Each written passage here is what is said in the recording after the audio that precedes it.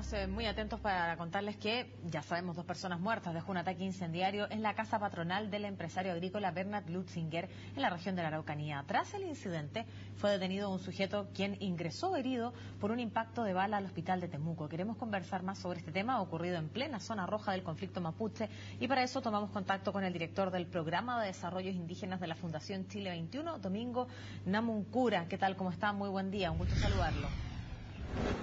Buenos días, muy amable por esta conversación. Bueno, en primer lugar quisiera saber cómo lo sorprendió usted también la noticia de este ataque incendiario y que en esta oportunidad ha dejado 2 víctimas fatales. Bueno, este es un mal inicio de año. Estamos naturalmente tristes por los acontecimientos que están ocurriendo.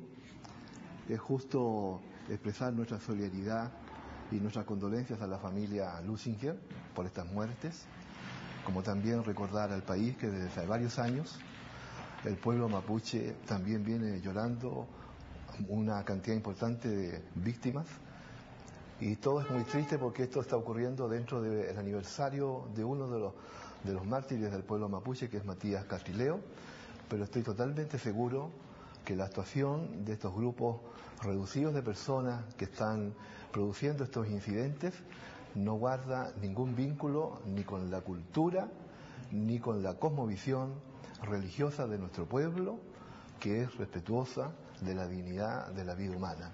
En consecuencia, es urgente que efectivamente se establezca la verdad de los hechos, porque es beneficioso para el pueblo mapuche que se conozca la verdad de quiénes son estos grupos, cuáles son sus finalidades, como también es importante para la sociedad chilena que esta verdad contribuya a abrir caminos para la paz. Bueno, respecto a lo mismo, ¿qué quiere usted? Sabemos que la investigación va a ser fundamental, y usted lo decía, también para la causa del pueblo mapuche, el poder conocer, es cierto, desde dónde y quiénes son los que actúan detrás de estos ataques incendiarios, y el de ayer ya que ha sido sin duda uno de los más trascendentes. El senador Alberto Espina hace pocos instantes atrás ha hablado de grupos extremistas. ¿Qué cree usted que está detrás precisamente de estos ataques como el ocurrido esta jornada? Hay una combinación de factores. No puedo desconocer que haya alguien del mundo indígena que crea que los caminos de la fuerza son necesarios para obligar al Estado a cumplir sus compromisos. Puede ser.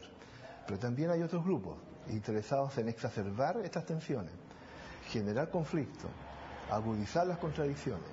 Ahí hay seguramente una cantidad de personas, presumiblemente también no indígenas, que están actuando en estos escenarios. Por lo tanto, es absolutamente necesario que esta verdad florezca, que se haga presente en la sociedad, para saber exactamente cuáles son las finalidades y objetivos que hay detrás de estos hechos, porque lo que me consta claramente es que en la generalidad de las 1.798 comunidades indígenas de la región de la Araucanía no están en esa línea de acción. Son grupos de personas que creen que unos, exacerbando las contradicciones, y otros, atizando los caminos de fuerza, obligan al Estado y a la sociedad a responder. Pero también hay que reconocer que en los últimos 20 años las respuestas del Estado, las respuestas del Parlamento, las respuestas del Poder Judicial, las respuestas de los organismos encargados de las investigaciones en hechos de esta naturaleza han sido absolutamente insuficientes frente a las demandas cuyos contenidos están puestos en el debate público desde hace muchos años. Por lo tanto, aquí hay una correlación entre las limitaciones que el Estado ha puesto para reconocer los derechos de los pueblos indígenas y al mismo tiempo los hechos de violencia que ocurren en algunas zonas de la Araucanía, que hoy día llegan obviamente a niveles muy extremos y que afectan a la dignidad de personas. En consecuencia, estamos obligados como sociedad y como pueblos también ancestrales a exigir que esta verdad se establezca con extrema rapidez. Bueno, vamos a hablar precisamente de cuáles son las políticas, ¿cierto?, gubernamentales que van en dirección de reivindicar, en este caso, ¿cierto?, las demandas de los pueblos originarios. Pero antes quisiera hablar de lo que ha ocurrido, y es que el gobierno va a presentar querella por ley antiterrorista precisamente tras este atentado ocurrido en Vilcún, y quiero saber también qué le parece a ustedes las medidas que está tomando en estos momentos el Ejecutivo frente a lo que acaba de ocurrir. Bueno, estos hechos, entre otras cosas, están permitiendo darle al gobierno los argumentos necesarios para aplicar una ley que ha sido altamente cuestionada a nivel de la comunidad de derechos humanos en Chile y a nivel internacional. Ahí hay un efecto secundario, si usted quiere, de este grave acontecimiento que ha costado la vida a 2 personas. Darle la razón a un gobierno conservador para aplicar medidas draconianas que corresponderían a otro escenario. Yo sigo pensando que en Chile existen normas más que suficientes, legales, penales y policiales o de investigación para encontrar a los responsables. Hay un problema de competencia de los organismos. El mismo senador Espina, hace algunos días atrás, señaló que había falencias en los organismos de investigación. En consecuencia, lo que corresponde es que se apliquen las normas regulares que el Estado tiene para investigar los delitos y, por lo tanto, a partir de allí, establecer la verdad de los hechos.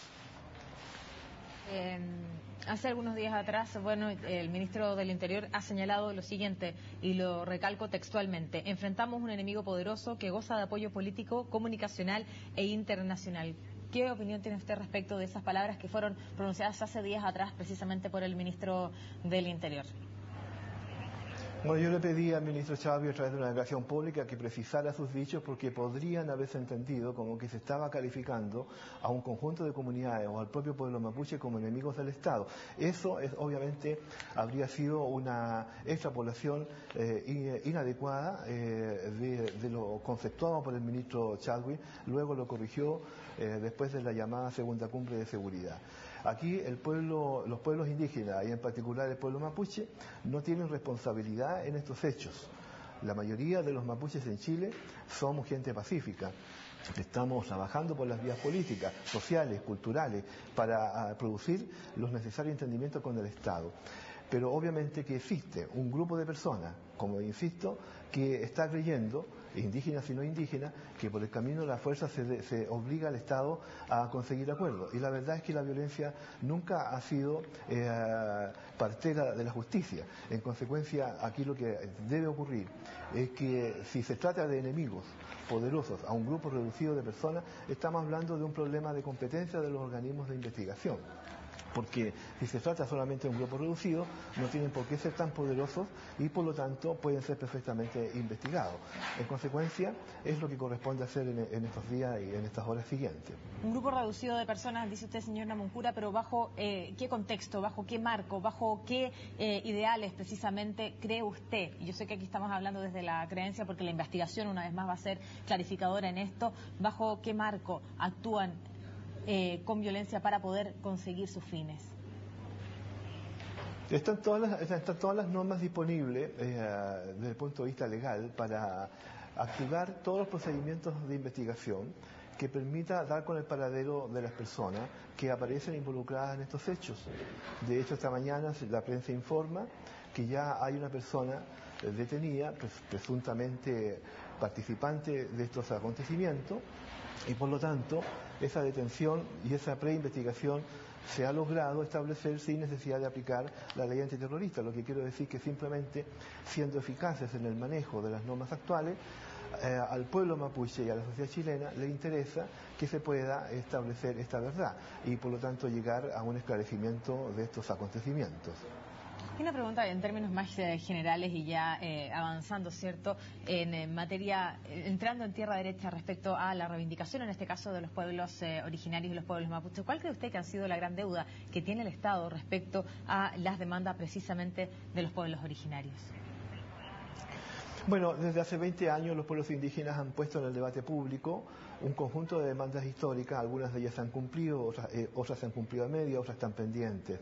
Pero lo más importante, y quiero citar, el informe de la Comisión Nacional de Verdad y Nuevo Trato del año 2004, en que el Estado reconoce las injusticias cometidas en contra de nuestros pueblos indígenas, el Estado reconoce la existencia de una deuda histórica y acuerda 120 medidas, de las cuales mucho menos de la mitad han sido cumplidas por el Estado. En consecuencia, cuando no hay respuesta a las demandas políticas, sociales, económicas y culturales, y esto genera además climas de tensión extremo, lo más grave que puede ocurrir acá es que se esté incubando una situación de odiosidad de unos y otros respecto del tema de las causas indígenas, y esa situación tiene que ser cautelada por la sociedad y observada con preocupación. Por lo tanto, para acabar con estos problemas de violencia, es fundamental que el Estado de Chile el gobierno y los poderes del Estado acojan y asuman las recomendaciones del informe de la Comisión Nacional de Verdad y Nuevo Trato del 2004 y den los pasos necesarios para avanzar en abrir los caminos de los derechos políticos, sociales, económicos y culturales de nuestros pueblos. Eso está a la mano y yo no entiendo por qué el Estado y el gobierno no asumen esa tarea. ¿Usted cree que están lejos, en este caso, de las autoridades poder asumir ese desafío que usted plantea? Así es, así es. Depende mucho, por ejemplo, si el gobierno avanza rápidamente en la presentación ante el Congreso de diversos tipos de leyes que quedaron pendientes al finalizar el gobierno de la presidenta Michelle Bachelet, por ejemplo, la creación del Ministerio de Asuntos Indígenas, la creación del Consejo Nacional de los Pueblos Indígenas, el reconocimiento constitucional de los pueblos en la Constitución chilena, etcétera. Ahí tiene usted un conjunto de tareas que están pendientes. Por otro lado, está vigente el convenio 169 de la OIT, que es un tratado internacional de derechos humanos. En los últimos 3 años no se ha avanzado en la implementación suficiente de ese convenio en la normativa interna. Están los compromisos de tierras, de compras de tierra y transferencia de derechos de tierra y agua a las comunidades indígenas desde el año 2009 a la fecha. En consecuencia, es natural también que en el mundo indígena haya una extrema preocupación, porque los años avanzan, los tiempos avanzan, y no se ven respuestas del Estado frente a esos compromisos adquiridos y no cumplidos. En consecuencia, tenemos ahí una suma de problemas que tensionan la relación entre pueblos indígenas y Estado. Y yo digo que el problema es del Estado, no de los pueblos indígenas. Y mientras el Estado no dé las respuestas necesarias, tenemos el riesgo de que esto se empiece a separar de los caminos políticos y de la búsqueda de consensos mediante diálogos por la paz y la justicia en la relación entre pueblo indígena y Estado, y por lo tanto podemos llegar a situaciones inaceptables y que pueden avanzar como una espiral. Eso hay que detenerlo a tiempo, pero para detenerlo se requiere voluntad política, tanto del oficialismo como también de la oposición. Ambos sectores, creo yo, no comprenden de manera suficiente la magnitud del conflicto indígena en Chile, que no es el conflicto de los indígenas, sino los conflictos que el Estado ha impuesto a los indígenas por el no cumplimiento de los compromisos adquiridos. Y ese no cumplimiento de los compromisos adquiridos se remonta, usted dice, de hace 20 años atrás. Por lo tanto, ¿a cuántos gobiernos atrás podemos sumar precisamente en esta responsabilidad, como dice usted, del problema del Estado, no precisamente de los pueblos originarios? ¿O cuántos gobiernos atrás cree usted, cierto, es que han venido acumulando este no cumplimiento precisamente de compromisos?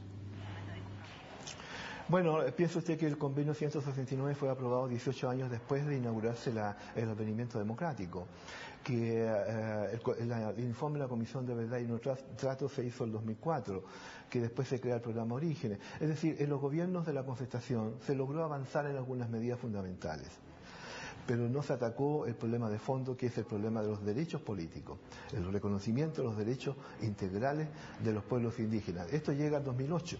Con la aprobación del convenio 169 y coincide con la Declaración Mundial de los Derechos de los Pueblos Indígenas del año 2007. Y el convenio 169 obliga al Estado a revisar toda la legislación que sea contradictoria con los derechos indígenas, y nada de eso se ha avanzado sustantivamente.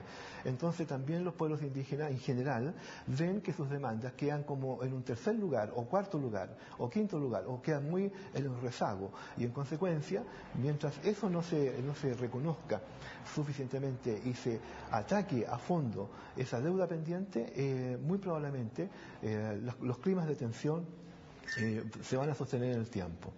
Señor Moncura, usted ha señalado precisamente esto, que el no cumplimiento, ¿cierto?, de las promesas por parte de las autoridades ha permitido o permite una separación precisamente, y que tal vez existan ciertas fisuras en este diálogo que debiera existir entre los pueblos originarios y precisamente las autoridades, y que esto pudiera provocar ciertos conflictos. ¿Usted cree que este ataque incendiario que hemos visto puede ser producto, también parte de eso? Puede ser parte de eso. También quiero pensar lo siguiente. Esto está ocurriendo en el marco del 5º aniversario de la muerte de Matías Castrileo en enero del 2008. Una muerte triste que está abierta como herida en el corazón del pueblo, de los pueblos indígenas de Chile, y particularmente el pueblo mapuche. Pero quiero decir lo siguiente: la inmensa mayoría de los mapuches en Chile conmemoramos esa muerte, como otras muertes de jóvenes indígenas, con tristeza y dolor, pero con recogimiento y con el compromiso de mantener la causa de las demandas indígenas. Pero los que extreman esta situación o quieren aprovechar el escenario de este aniversario para generar lo que ha ocurrido en esta madrugada, obviamente equivocan el camino. Y por lo tanto, es de beneficio del propio pueblo mapuche el que se sepa exactamente quiénes son las personas que actúan de esta manera, porque estoy absolutamente claro, no representan a la mayoría inmensa de los mapuches y de los pueblos indígenas de Chile. Y con esas palabras nos quedamos, señor Namuncura. Muchas gracias por su tiempo y por esta conversación con CNN Chile. Que esté muy bien. Muchas gracias. Buenos días.